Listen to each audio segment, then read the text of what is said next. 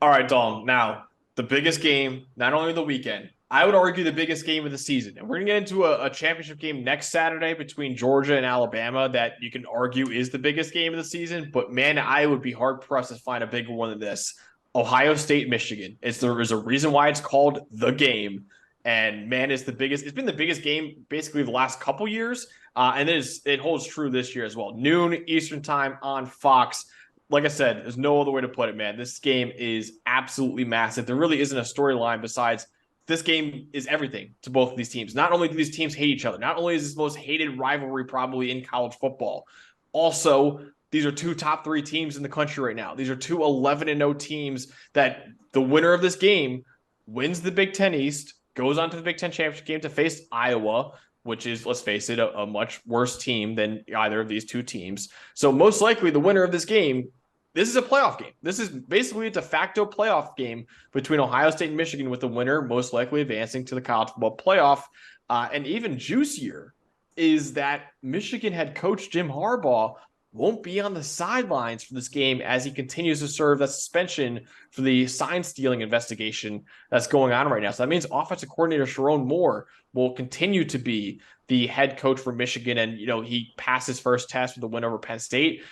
Again, won his second game against Maryland, but it was a lot closer than a lot of Michigan fans probably would have hoped for. So, man, it's just a juicy storyline for what should be, in my opinion, the biggest game until the college football playoff. Yeah, no, it's certainly obviously the biggest game of the regular season, as it seems to be every year now. And I think for a while, and I wonder if the tide's starting to turn, it's been kind of thought that between the game being in Ann Arbor and Michigan doing what they were doing to the Big Ten West, essentially, that there was this idea, I think, that Michigan this whole time is just clearly better than Ohio State. And you dig in on all the metrics and kind of the way they've played the last 2 weeks. Ohio State's just kept rolling, man. Ever since that win at Notre Dame when they got it last minute, Marcus Freeman, 10 guys on the field, Chip Trayanum got him in the end zone. And I mean, first, let me go with this first. These two teams are dead even. Yeah. They are not. I think Michigan, you could argue that Michigan has an advantage at quarterback, but I don't think as big as people think. Kyle McCord's not bad by any No. means. I hear too much of this where it's like, well, Michigan's quarterback is way better. And I go, I don't know that he's way better.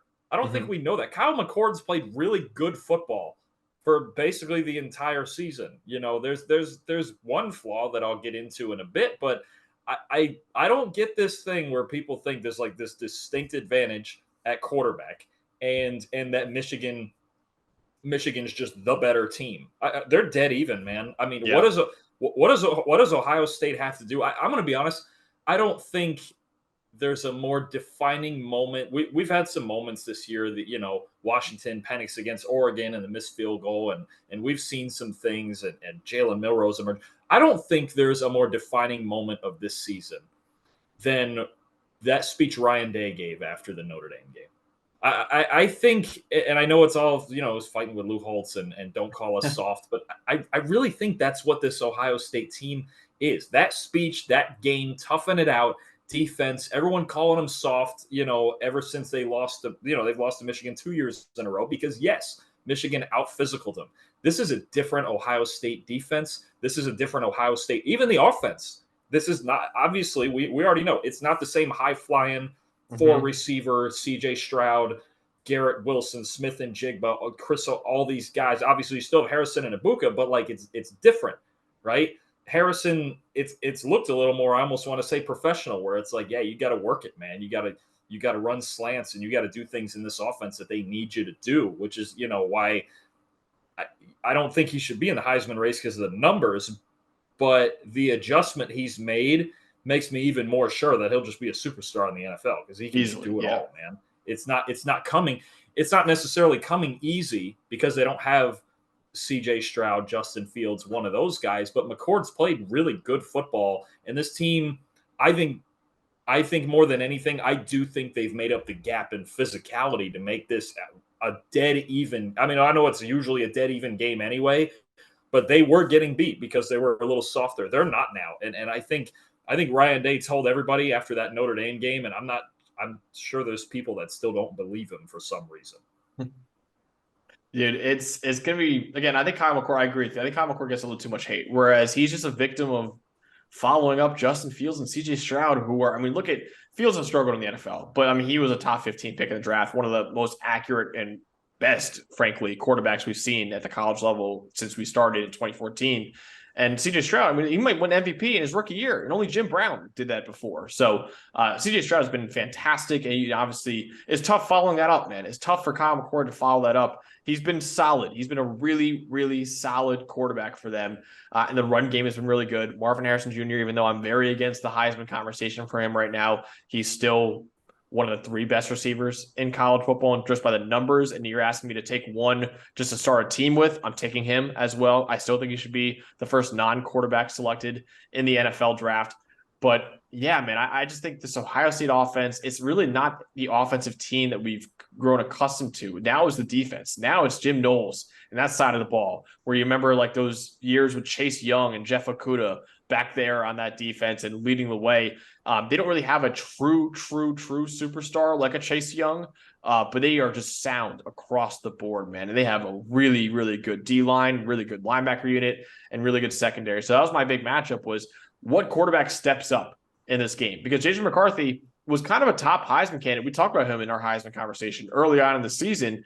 All that hype has kind of died recently. You know, in that Penn State game, he did not throw a single pass in the second half against Penn State. Now, granted, that was because they were running the ball so effectively, but still, he didn't throw a single pass in the second half. And then in the last week's game against Maryland, he had one of his worst games of his career and nearly threw that game away for Michigan. He had a season low 47.3 grade, and he had a career high 4 turnover worthy plays in that game against Maryland, which I mentioned before is a lot closer than a lot of Michigan fans were anticipating. So JJ McCarthy started off really hot, kind of been on the downswing these last couple of weeks. So I'm interested in seeing how he does this week. And the Kyle McCord, you know, he's really been good these last couple of weeks. That Michigan State game, he had a 91.6 grade in that game. He had a couple, 4 big time throws in that game as well, which was a career high for him.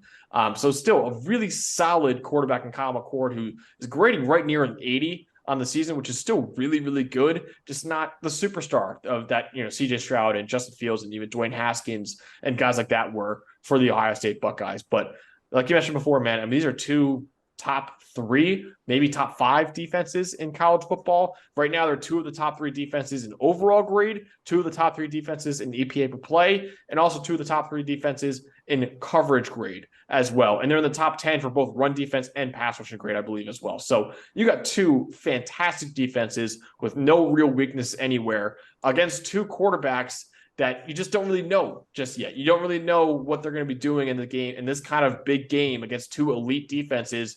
I'm really interested in seeing it. I think ultimately what could decide it is what quarterback steps up and makes the big boy throws necessary to ultimately win this one. I'm going to narrow it down from that even further. And what you have is, you know, I was digging in. I go, okay, what's the difference? What is it? And it's so weird how these 2 teams are basically exactly the same, and they're the same even to me in their one flaw. Okay, so let me go with the biggest strength here, and then I'm going to start with McCord. These, by the grading, are the 2 best defensive lines in college football. All right, they're 1 and 2. I think Michigan's 1 and Ohio State's 2, but it's like a sliver separating them. They're the 2 best D lines as a unit in college football. Now, when I was looking through this, the winner of this game will be the team that can find a way to pass protect. All right, because these 2 teams rank Michigan's 52nd and Ohio State's 58th in pass protection. They struggled in the Notre Dame game. It's closer in the low 40s outside of that game, but really similar teams in that there are times when they struggle to pass protect. And for Ohio State, it's obvious they give up a little more pressure up the middle. Their center, Carson Hinsman, kind of struggles a bit. Kyle McCord is the 11th best passer in a clean pocket in the country, right up there with all those other names we talk about every week, right?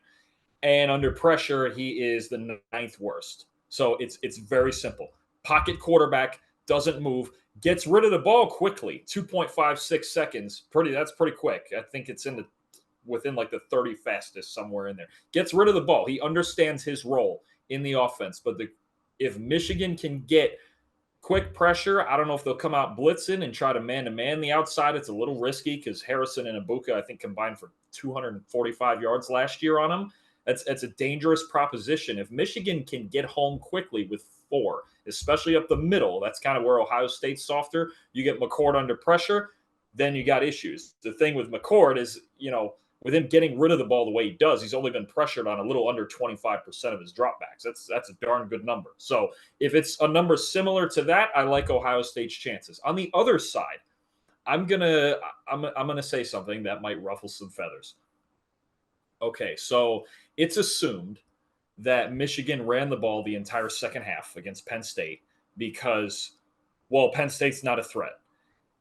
And I was looking at it, watching the tape, and obviously, like, we kind of know Penn State's not a threat, but when they decided to do that at halftime, Michigan was up 14-10 with an interim coach in his first game against a top 10 team on the road. That would take a ton of guts just to say at halftime, hey, they're not a threat. Let's run the ball every play. And they did run the ball well. Obviously, they won the game. I'm going to tell you the secret. They could not. Remember we talked about in the preview of that game, Chop Robinson and those guys could give them problems. Yep. They couldn't pass protect against Penn State. They couldn't block them. No. The run block was obviously a different story. And even then, the game at half again was 14-10 or 14-9 because Penn State was going for 2 for some reason. They could not pass protect in that game. They just got it. If you go back and watch the pass plays, they actually ran. I know it's not a ton. I know it's the first half and early in the game, whatever. Make adjustments, win a game, cool. They couldn't block those guys at all. Like their passing game straight up was dysfunctional. And I guarantee you there is a greater than you would think chance that they went into halftime and the coaching staff looked at each other and said, we can't pass protect. Let's just get physical and see what happens. And then they just kept rolling with it, as opposed to, hey, we're just going to run the ball every play the second half because it's Penn State. Who cares? No, you don't do that. That's not, especially on the road. You don't do that. I'm telling you right now, there are some issues, and McCarthy holds the ball much longer than McCord. Time to throw closer to 2.9 on average, which is reasonably long. They don't get the ball off that quickly, and I just wonder if that's what they looked like against Penn State. I think the pass block grade in total was like a 20.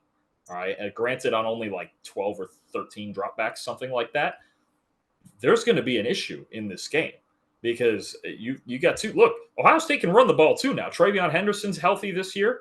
Obviously, Michigan's got Corum and Edwards. Both teams can really run the ball. But this is what it's going to come down to. I think when we look back on this next week, whichever team pass protects is going to win this game. Because I think their quarterback will be able, including McCord, whichever one it is, will be able to make plays if protected. But I'm telling you right now, Max, go back in that first half and watch Michigan-Penn State. And watch Penn State's pass rush was dominating to the point where Michigan basically, I'm telling you, I think they went in and said, let's just not throw the ball if we don't have to, because a strip sack is actually the worst thing that could happen to us. On both sides, I'm worried about this, and I think it's going to be the deciding factor, as much as obviously the quarterback's performance. But I think if protected, they're both going to perform reasonably well. This is going to be the part which one of these teams could possibly get a 35-40% pressure rate in this game. Yeah, absolutely, man. I don't know if I want to go back and watch the Michigan-Penn State game at all, but I do remember watching just the first half. Don't watch the yeah, I'll watch that. Yeah. I'll watch that. I do remember watching the one I was watching live. I remember Chop was just destroying the right tackle. I believe Carson Barnhart's name, but he was destroying him on every play. And I was like, oh my God, like they can't block him right now. And then they started chipping him a little bit more. And then obviously they just stopped throwing the ball altogether. But yeah, that's a problem, man, because you got, Ohio State D line that maybe Chop would probably be the star of that D line in Ohio State, but they got JT Tuimoloau always played really well. Jack Sawyer. Jack Sawyer over the last 4 weeks is the 4th best pass rusher in the country. He's good, man. He's a very underrated player. Tuimoloau, they run a ton of stunts. Sometimes they'll send Eichenberg or Chambers. There's a lot. Both of these teams have some serious units. Like they don't have neither one of them has like a Leatu Latu or a Jared Verse, but they got some units loaded with guys who are going to get selected like rounds 2 through 4 is going to be like all Ohio State, Michigan D linemen for real. Oh, absolutely. Yeah. Michael Hall Jr., another Ohio State tackle who's played really well over the course of his career. So, yeah, man, I think that's a great matchup too. It's just, yeah, because I do recall, I mean, Ohio State's offensive line was their weakness heading into the season. And look, it's been better than I anticipated it being, but it still hasn't been great. Last year, Ohio State's offensive line was fantastic. I mean, it was the best in the country, probably one of the best in the country.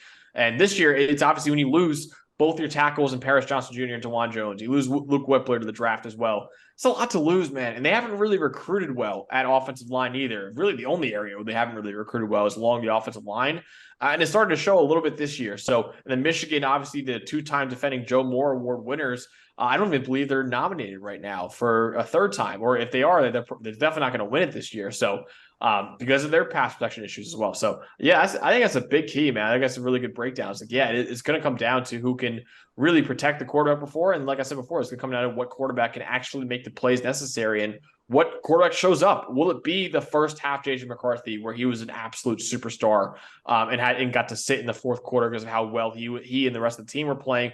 Or will it be the JJ McCarthy we saw against Penn State where they just didn't want to throw the ball at all? Or against Maryland where he almost lost that game for them in that game against Maryland? Which Kyle McCord will it be? Will it be the McCord in the first half of the season that was good, not great? Or will it be the Kyle McCord that we've seen the last few weeks where it's like, okay, this guy actually is playing really good football for Ohio State. So I'm really interested in seeing that. Both secondaries are elite too. I'm excited to see Roman Wilson against Ohio State. Obviously, Marvin Harrison Jr. Against Will Johnson, who could be a top cornerback in next year's draft. It's going to be an awesome matchup all the way around, man. But ultimately, Dalton, who do you have winning not only this game, but winning the Big Ten East and most likely punching their ticket to the college football playoff? Who do you have winning the biggest game of the year? Man, feels weird sticking our necks out on a game like this on a Monday, doesn't it? Letting it sit all week like that, man. But I'm going to tell you, Max. I think Ohio State's made up the gap. I think they have. Call it a hunch. I think a couple of things could happen in this game. One, Ryan Day's on a mission, man. Yep. I'm telling you, this is the best coaching job since he's taken over that program that he's had this year. This is the best coaching job. The adjustment to how they run their offense now and the type of team they've become. It's incredible. Even with having arguably the 2 best receivers in the country and adjusting to this because of the quarterback, because of the defense, and because of what's needed to be done. Look, it's just a requirement to make the playoff while it's still a 4-teamer that they have to beat Michigan. Mm-hmm. So be it. And honestly, they had to beat Notre Dame like this. They weren't going to finesse their way to a Notre Dame win either. They had to do this. They had to make this transformation to get more physical. This is not soft Ohio State. It's not. It hasn't been. I'm telling you, the defining moment, one of the defining moments maybe in Ohio State history is what that rant he went on after that Notre Dame game. And the game itself was a statement, man. They went into Notre Dame, played a physical, rough football game and won 70-14. Did the same thing. They out-physicaled Penn State. They do it every single week. They're the more physical team on the field. If they get a pass rush going, like we were just talking about, if Michigan's O-line looks the way even close to what it looked against Penn State in pass protection, they have major issues. I think we're going to come out of this game with Ohio's people, because I think there's a doubt now about Ohio State's ability to win a national title, right? There's already a doubt about them just going in and winning this game. I don't think people take Ohio State seriously as national title contenders. I think 2 things are going to happen. And it's still going to be a war. Don't get me wrong. It's Ohio State, Michigan. I'm not sitting here and calling a blowout or nothing like that.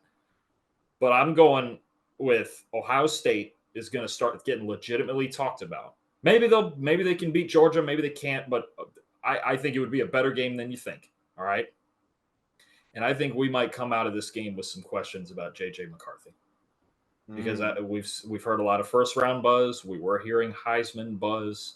But outside of the TCU game last year, what have we seen to suggest that he's not just like he's Michigan's quarterback, but is he on that level when you watch Penix and you watch Jaden Daniels and Bo and Caleb?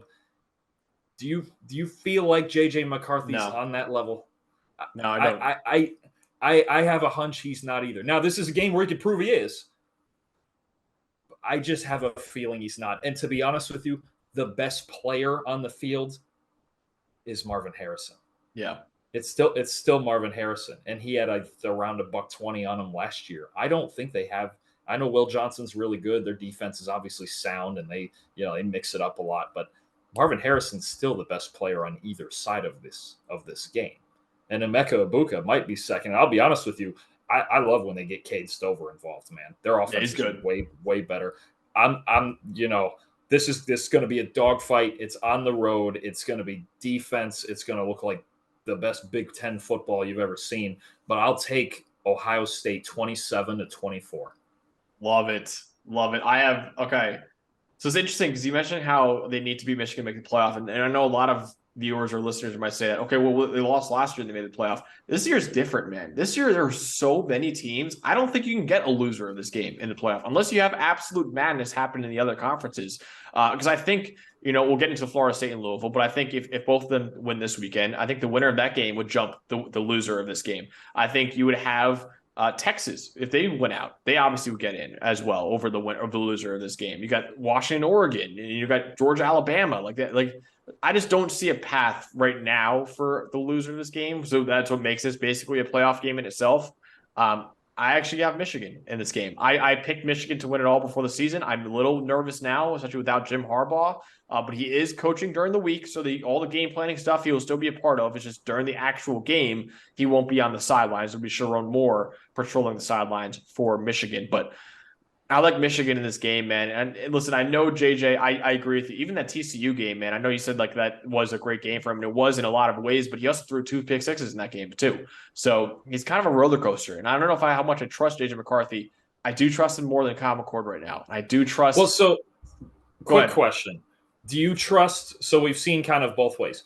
Do you trust conservative Jim Harbaugh, Michigan 18 passes a game McCarthy in this one, or would you trust gunslinging McCarthy? Which one gives them a better chance to win? Because if we have 2 versions of him, do they need to unleash him, or do they need to just do what they did against Penn State? No, they can't do what they did against Penn State. I don't think you can do what you did against Penn State against this defense. I think he needs to make, again, I think it's like I said before, I don't think he can hide. You can't hide him like you did in the Penn State game. You hit him in the Penn State game really well because Penn State just was so unsound in terms of their run fits, and they couldn't stop anything on the ground. This is not one of those games. Like I said before, Ohio State's got a really good run defense, man. I think Michigan needs to let JJ, or not even needs to let, they need JJ to make big boy throws down the field in this game, which is, and I think he's more capable of that than Kyle McCord. I still think, again, I don't trust JJ McCarthy that much. I don't think I don't know if I would say he's QB3 in the draft right now. I think you and I would probably both say Jaden Daniels might be up there for QB3 or Michael Penix Jr. or something like that. But I do think I do trust him more than Kyle McCord. And that's why ultimately I'm picking Michigan to win their 3rd straight over Ohio State, and still why I think, I feel a little worse about it based off the Maryland game, but I still might pick them to win it all. If I still can make a prediction right now, I still might pick Michigan to win the national championship. I think this is one of the most complete teams in college football, and I think at home especially, I think they get it done against Ohio State. I got 27-21. They're going to the Big Ten championship game against Iowa. They'll probably win that game very handedly. And then they'll move on to the college football playoff. We'll see who they play from there. But yeah, man, I got Michigan in this game. I'm glad you and I picked different teams because I think this is one of those ones that will go down to the wire. So I'm glad that one of us will be right and one of us, that way we don't both will get it wrong. And then, of course, all the fans in the comments will let us know when both of us get it wrong. But yeah, man, I got Michigan in this game 27-21. You have Ohio State in the game. It's the biggest game of the year, guys. You better be enjoying it on Saturday because it's going to be massive.